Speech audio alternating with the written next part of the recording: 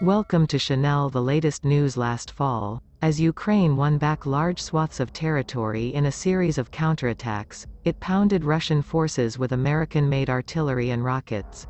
Guiding some of that artillery was a homemade targeting system that Ukraine developed on the battlefield. A piece of Ukrainian-made software has turned readily available tablet computers and smartphones into sophisticated targeting tools that are now used widely across the Ukrainian military. The result is a mobile app that feeds satellite and other intelligence imagery into a real-time targeting algorithm that helps units near the front direct fire onto specific targets. And because it's an app, not a piece of hardware, it's easy to quickly update and upgrade, and available to a wide range of personnel. U.S. officials familiar with the tool say it has been highly effective at directing Ukrainian artillery fire onto Russian targets. The targeting app is among dozens of examples of battlefield innovations that Ukraine has come up with over nearly a year of war, often finding cheap fixes to expensive problems. Small, plastic drones, buzzing quietly overhead, drop grenades and other ordnance on Russian troops. 3D printers now make spare parts so soldiers can repair heavy equipment in the field. Technicians have converted ordinary pickup trucks into mobile missile launchers. Engineers have figured out how to strap sophisticated U.S. missiles onto older Soviet fighter jets such as the MiG-29, helping keep the Ukrainian Air Force flying after 9 months of war. Ukraine has even developed its own anti-ship weapon, the Neptune, based off Soviet rocket designs that can target the Russian fleet from almost 200 miles away. This kind of Ukrainian ingenuity has impressed U.S. officials, who have praised Kyiv's ability to MacGyver solutions to its battlefield needs that fill in important tactical gaps left by the larger, more sophisticated Western weaponry. While U.S. and other Western officials don't always have perfect insight into exactly how Ukraine's custom-made systems work, in large part because they are not on the ground, both officials and open-source analysts say Ukraine has become a veritable battle lab for cheap but effective solutions. Their innovation is just incredibly impressive, said Seth Jones, director of the International Security Program at the Center for Strategic and International Studies. Meanwhile, the war in Ukraine has also offered the United States and its allies a rare opportunity to study how their own weapons systems perform under intense use, and what munitions both sides are using to score wins in this hotly fought modern war. U.S. operations officers and other military officials have also tracked how successfully Russia has used cheap, expendable drones that explode on impact, provided by Iran, to decimate the Ukrainian power grid.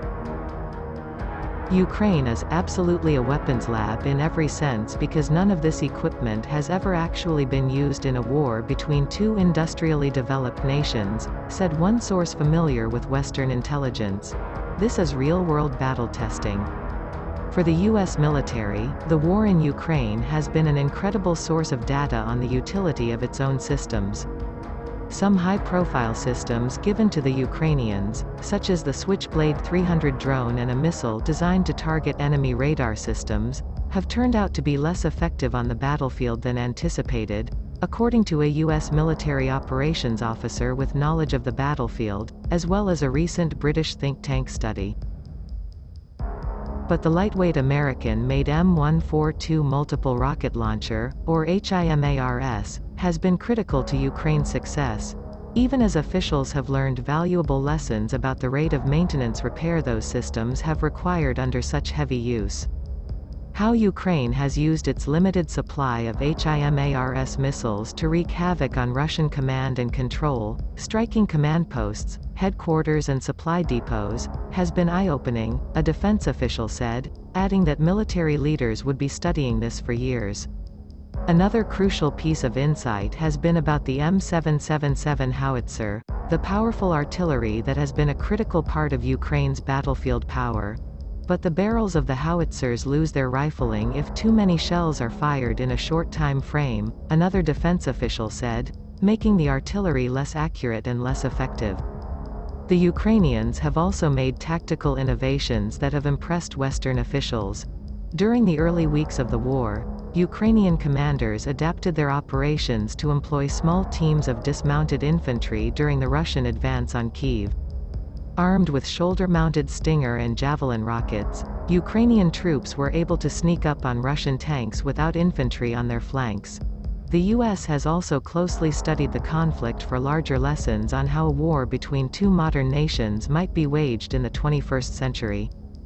The operations officer said that one lesson the U.S. may take from this conflict is that towed artillery, like the M777 howitzer system, may be a thing of the past. Those systems are harder to move quickly to avoid return fire, and in a world of ubiquitous drones and overhead surveillance, it's very hard to hide nowadays, this person said.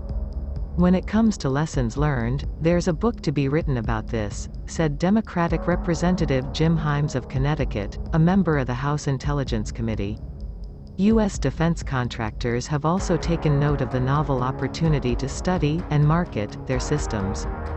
BAE Systems has already announced that the Russian success with their kamikaze drones has influenced how it is designing a new armored fighting vehicle for the Army, adding more armor to protect soldiers from attacks from above.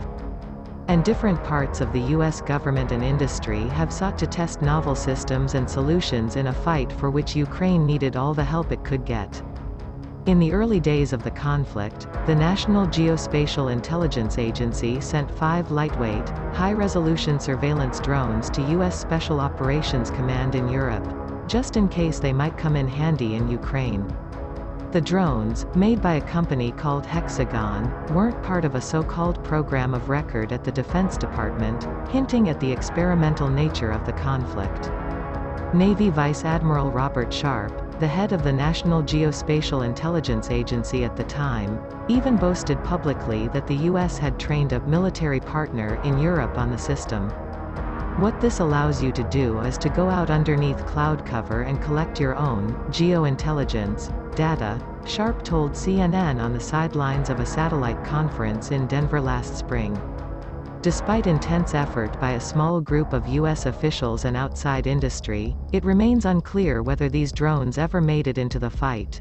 Meanwhile, multiple intelligence and military officials told CNN they hoped that creating what the U.S. military terms attritable drones, cheap, single-use weapons, has become a top priority for defense contractors.